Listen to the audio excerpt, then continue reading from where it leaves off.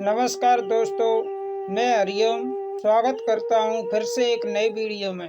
इस बात को हजारों लाखों असंख्य बार कहा गया है, पर शायद कम कहा गया है, और वह ये इस जीवन इस दुनिया में जो भी है वो महाभारत में है। जो महाभारत में नहीं वह कहीं भी नहीं है। आज भागवत पुराण की ऐसी ही एक कहानी आपके सामने लाया हूँ, जिसका के संबंध महाभारत से है, और महाभारत के सबसे मुख्य पात्रों में से एक भीष्म पितामह की मृत्यु से जुड़ा है। कर्मों का संबंध कितना दूर तक जाता है, ये आप इस कहानी को सुनकर के समझ जाएंगे।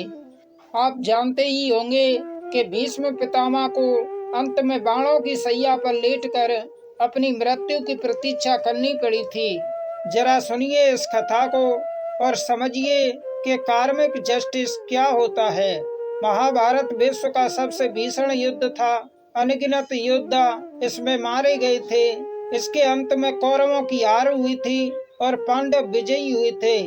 युद्ध के समापन के बाद सभी मृतकों को तिलांजलि देने के लिए जब सब वापस लौट रहे थे, तो भीष्म पितामह ने श्री कृष्ण को रोककर उनसे पूछ ही लिया कि हे मधुसूदन, मेरे कौन से कर्म का फल है जो मैं सरसैया पर पड़ा हुआ हूँ। मधुसूदन अचरज में आ गए।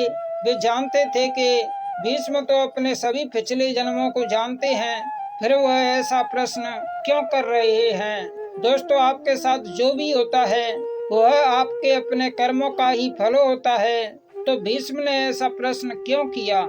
भीष्म एकदम से उत्तर देते हैं, मुझे अपने 100 पूर्व जन्मों का ज्ञान है कि मैंने किसी व्यक्ति का कभी अहित नहीं किया। पितामह को अपने किए का पता था। उन्होंने विश्वास के साथ अपनी बात रखी। कृष्ण मुस्कुराकर बोले कि यह ठीक बात है कि पिछले 100 जन्मों में आपने कभी किसी को कष्ट नहीं दिया। इसी कारण से आप हमेशा ही राजवंश में जन्म लेते आए, लेकिन अपने 101वें जन्म में आपने किसी का अहित किया था। कृष्ण आगे बताते हैं कि उस जन्म में भी भीष्म युवराज थे। तभी एक करकेटा एक पेड़ से नीचे आकर के सीधे भीष्म के घोड़े पर गिरा। तब भीष्म ने अपने बाण से उस कीड़े को उठा करके पीछे फेंक दिया। जिस स्थान पर वो गिरा वहाँ एक बेर का पेड़ था। उस बेर के कांटे कीड़े की पीठ में धस गए। कीड़ा जितना भी प्रयास करता उतना ही वो कांटा उसके अंदर और अधिक धसता जाता। वो करकेटा 18 दिन तक जीवित रहा और यही ईश्वर से प्रार्थना करता रहा कि हे युवराज, जिस तरह से मैं तड़प तड़प कर मृत्यु को प्राप्त हो रहा हूँ, ठीक इसी तरह तुम भी होना। भीष्म सब सुन रहे थे, पर अब प्रश्न ये उठता है कि उस करकेटे का श्राप 100 जन्मों तक क्यों नहीं लगा। कृष्ण बताते हैं कि वह इसलिए कि अगले 100 जन्मों तक भीष्म ने कोई पाप ही नहीं किया, और जिस दिन बड़ी सभा में द्रौपदी का चीरहरण हुआ था, एक नारी सबके सामने ऐसे अपमानित हुई थी, उस दिन भीष्म मूक दर्शक बनकर देखते रहे। वो चाहते तो बहुत कुछ कर सकते थे। ना ही दुर्योधन को और ना ही दुशासन को भीष्म ने रोका। जो हो रहा था उसे होने दिया। बस तभी पितामह के सारे पुण्य क्षीण हो गए, यानी के खत्म हो गए, और उस करकेटे का श्राप भीष्म को लग गया। आज उसी श्राप को भीष्म भुगत रहे हैं। भीष्म ने तब उत्तर दिया कि उन्होंने दुष्ट दुर्योधन का दूषित भोजन ग्रहण किया था। उस दूषित भोजन से उनकी बुद्धि भी दूषित हो गई थी। भीष्म हस्तिनापुर के राजा के प्रति वचनबद्ध थे, और उस समय वो राजा दुर्योधन था। शायद उनकी दूषित बुद्धि ने उस समय दुर्योधन का साथ देने की सोची। भीष्म आगे कहते हैं कि उसी अन्न के प्रभाव से उनकी मति में विकृति उत्पन्न हो गई और वे धर्म और अधर्म का भेद जान नहीं पाए।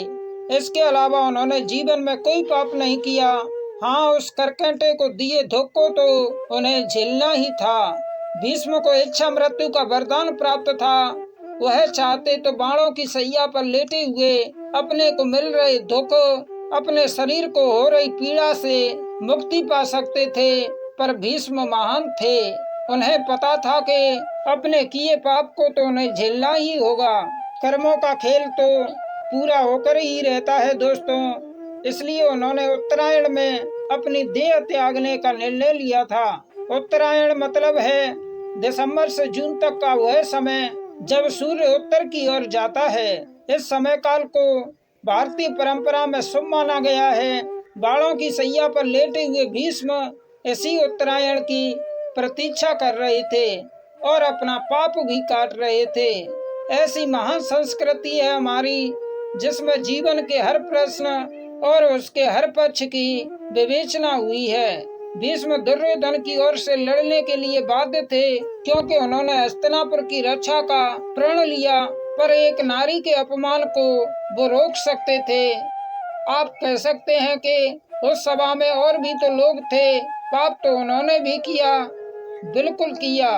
उनको भी उनके कर्मानुसार फल मिला और मिलता ही है। आपको और हमें भी मिलेगा दोस्तों।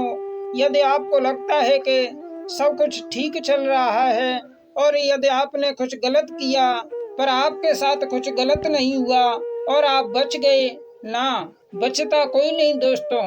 ईश्वर को यदि आप ना भी माने, कर्मों का न्याय तो सांस के सिद्धांत के जैसे ही है, उसे तो होना ही है।